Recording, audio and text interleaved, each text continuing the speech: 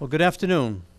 My name's Jack Mariano, Commissioner for District 5 of Pasco County, and I would like to introduce today's speakers. Before I do that, I do want to thank all our employees, all our volunteers for the EOC. They have been working very hard getting ready for this storm. We've seen a lot of dramatic changes. This has gradually gone to be in a very negative situation for the county. I think literally we're going to see the eye of this storm coming right over the part of West Pasco.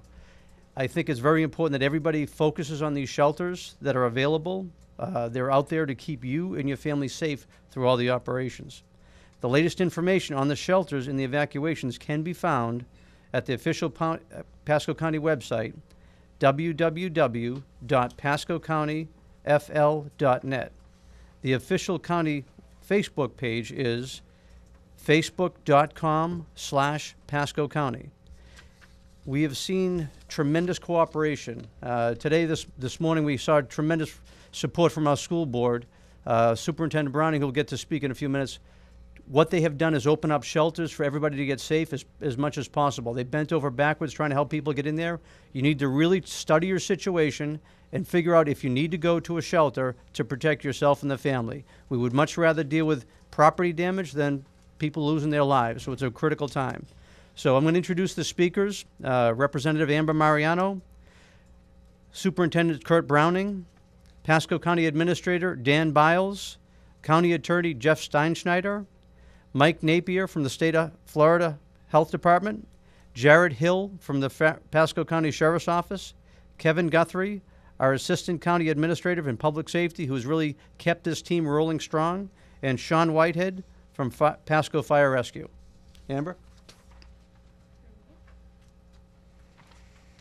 Hello, everyone.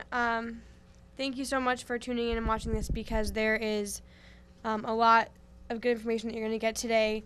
If you haven't gotten out of your homes yet, it's time for you guys to go find shelter. You have less than 24 hours to do that before the storm starts coming, so it's crucial that you do that. It's been amazing to see the team that the emergency operations have done, and Superintendent Browning and everyone has come together. Last night we were out filling out sandbags, and we were there pretty late, and there were just people coming. They didn't need sandbags for themselves, but they were coming to help fill up for other people, and it was just amazing to see how this community has come together. And I'm honored to have been a part of that, and I hope that we can get through this treacherous storm together. But with that, I'll pass it off to Superintendent Kurt Browning. Thank you, Representative. Thanks for allowing me to be a part of this today. It has been a trying couple of days. We have opened a total, I think, of 21 shelters as of 3 o'clock today. That does not include the Fasano shelter, but we're using 21 of our schools. We'll open an additional 7 sites this afternoon at 3 o'clock, and those sites are listed on the website for the EOC. I also want to take a quick minute and thank district staff that have stepped up to the plate. We put an all-call out to all 10,000 plus of our employees shortly before noon, asking staff to come to shelters and help us out. And they have answered the call. And so we feel a little bit better about it going into an overnight, very stressful situation. And the main thing we want to do is make sure that our shelters are staffed appropriately. I will tell you that we have a few of our sites that are filling up, rapidly approaching the capacity level. So as has been said before, if you are wanting to seek shelter, now's the time to do it. Do not wait for it to get dark and cloudy and rainy and windy.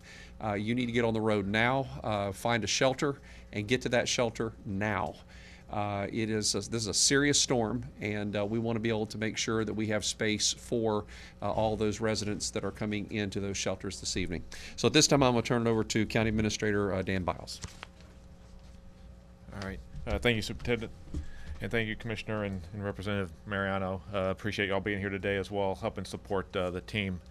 This has truly been a team effort getting ready for this storm as it heads our way, between the county staff, the other constitutional officer staff, the clerk, the tax collector, the tax appraiser, the supervisor of elections, and also the sheriff's office has been a tremendous supporter of the work we've done today.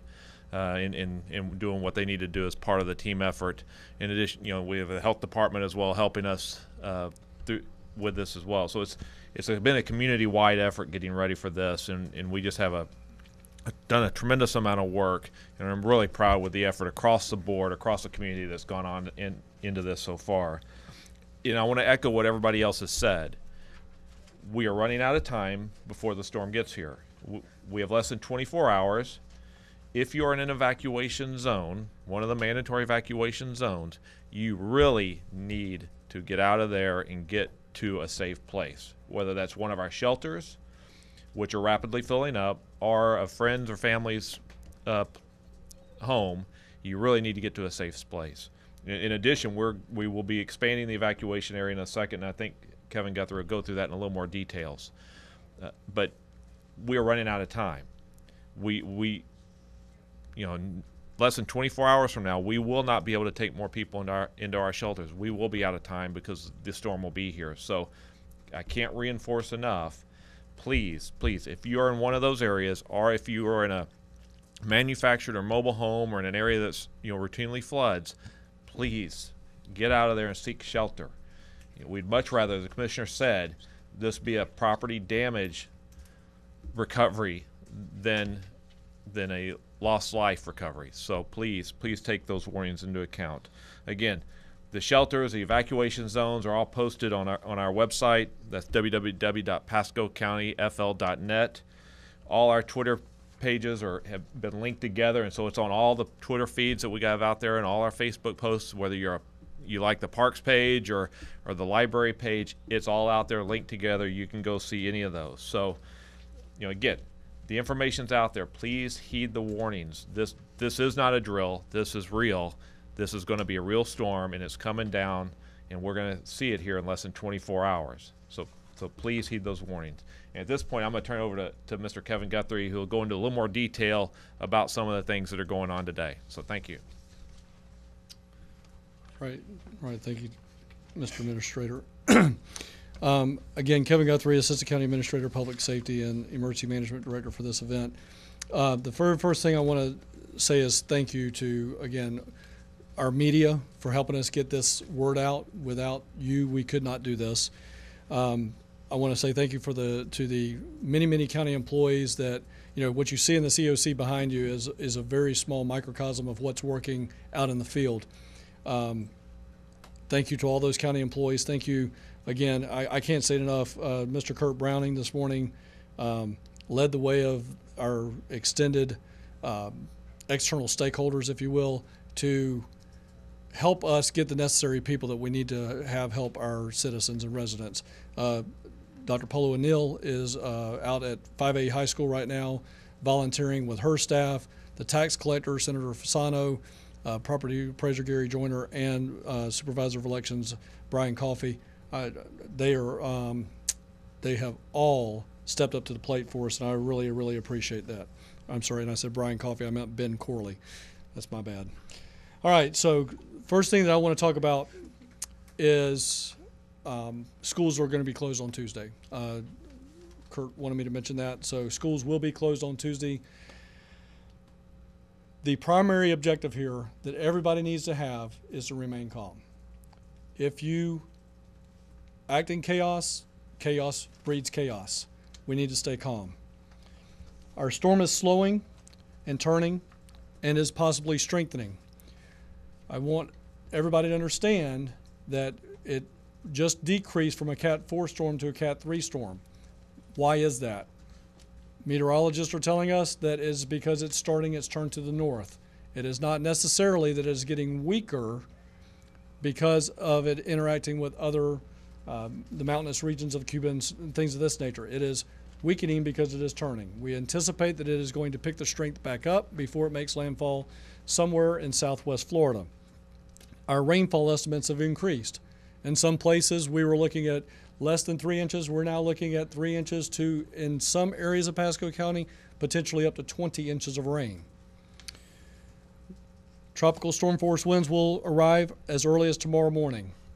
We anticipate that there'll most likely be sustained winds to where we had to consider shutting down operations at somewhere around 1 p.m. tomorrow afternoon. and I want to take a minute to drive that point home. When we receive tropical storm force winds sustained of 1 minute or longer, emergency services, the sheriff's office, utilities, all first responders will stop servicing our residents. We will not put responders in harm's way to go to residents that have not heeded our evacuation warnings and been asked to leave and go to a shelter or go to someone else's home. I'll give examples.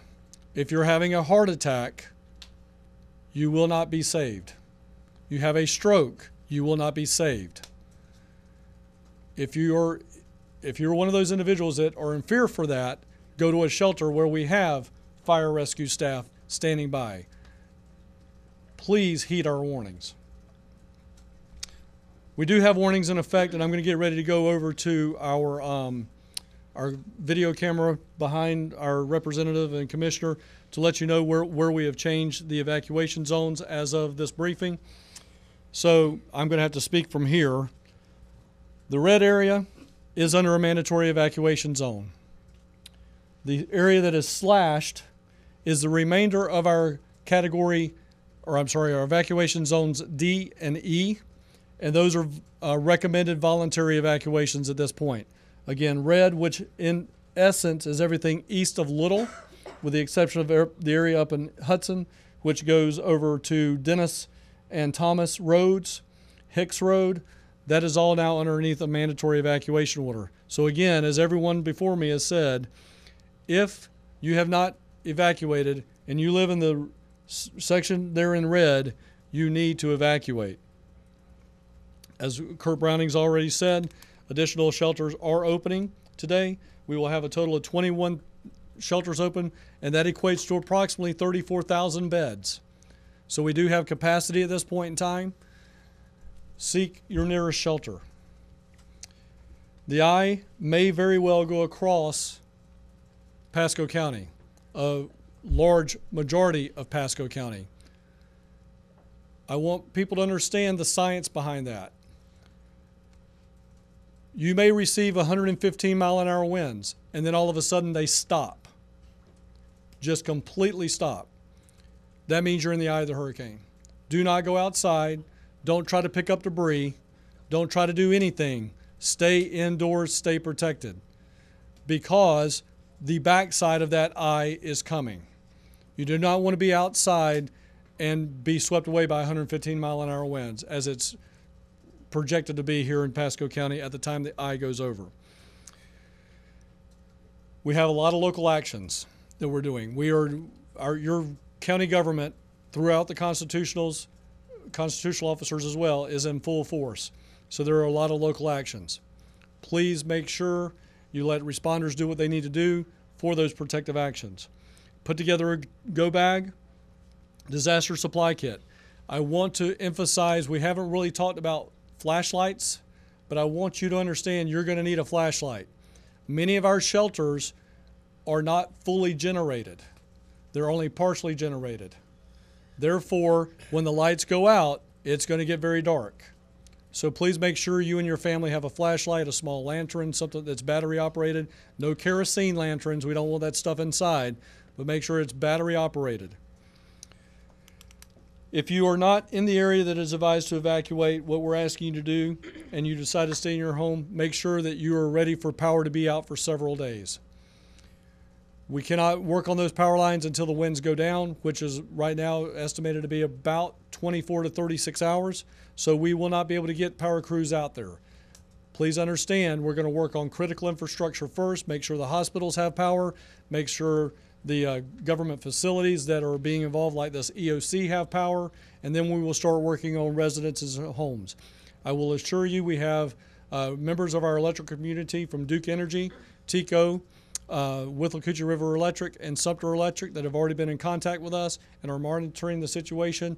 They are also going to be providing, with the exception of Sumter County Electric, all three of the others are going to be providing us people within our EOCs during this storm.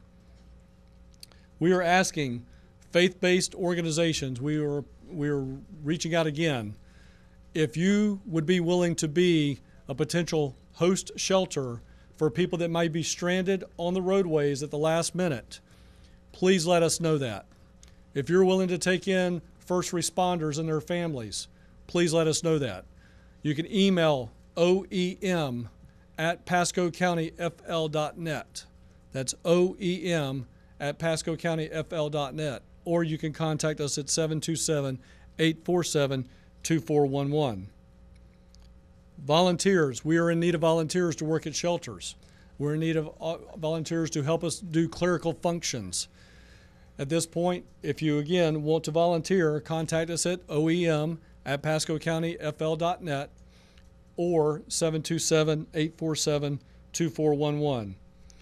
We continue to accept donations for food that is non-perishable and water at the Salvation Army location on Ridge Road in their warehouse.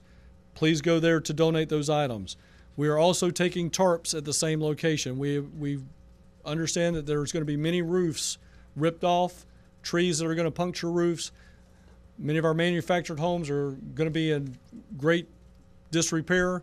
We want those tarps. For all of the latest information, please go to our website at www.pascocountyfl.net. Our official Facebook page is facebook.com/Pasco County. And then also I want to take the time to make sure that all of our residents know they can get any of this information at Pasco County's My Pasco app. And I will come back then after Jared Hill, the Director of Emergency Operations for the Sheriff's Office, and I will facilitate the question and answer time. Thanks, Kevin. On behalf of Sheriff Naco, I want to thank Governor Scott for his promises of additional law enforcement support assets as we need them. As a retired Special Forces officer, I want to thank the National Guard for their professionalism and support to our efforts.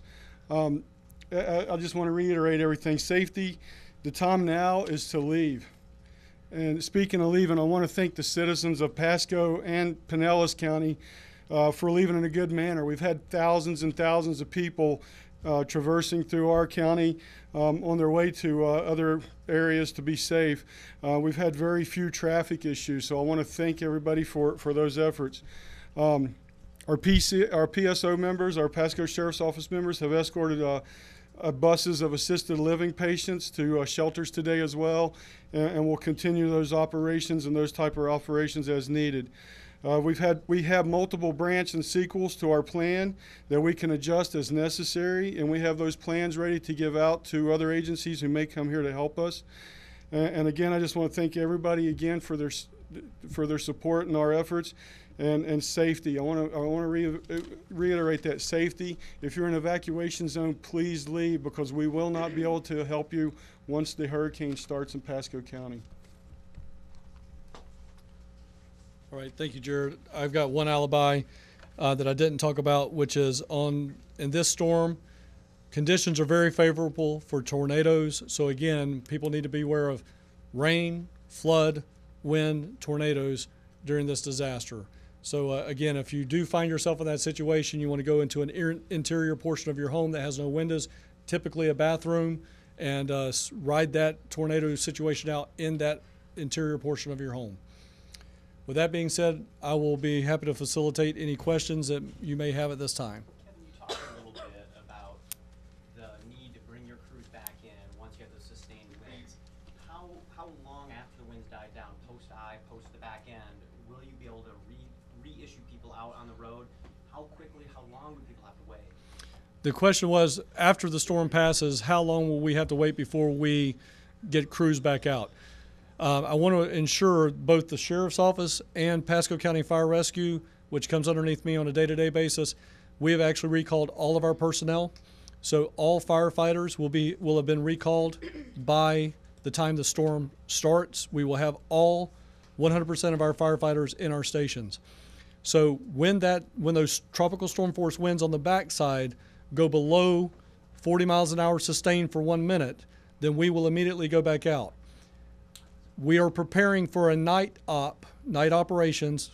Both us and the Sheriff's Office are preparing for night operations on Monday night, because it looks like it's probably going to be mid-afternoon before we get to that point where those 40-mile-an-hour winds sustained winds have decreased to where we could go back out. I, again, set an expectation here. Just as on the front side of the storm, we may have to cease operations for emergency services and then resume them in between feeder bands. We may have that very same thing on the back side of the storm, where we go out, do work, seek shelter, go back out, do work, come back and seek shelter. So again, managing the public's expectations, we have to remember the safety of our responders, keep them safe, because if something happens to them, then they can't help other people. So that's the long and the short of it is, as soon as those winds die down to less than 40 mile an hour sustained is when we're going to go out. I know this area has been lucky in the past. We've avoided big hits. This sounds like it could potentially be bad in Pasco County. You're talking 20 inches of rain. What is the mood like for your crews right now? How are they feeling? How are they rested up? What is this going to be like when they hit the ground running? Well, I can tell you as a former first responder, 24 years for working for a sheriff's office, this is what I live for.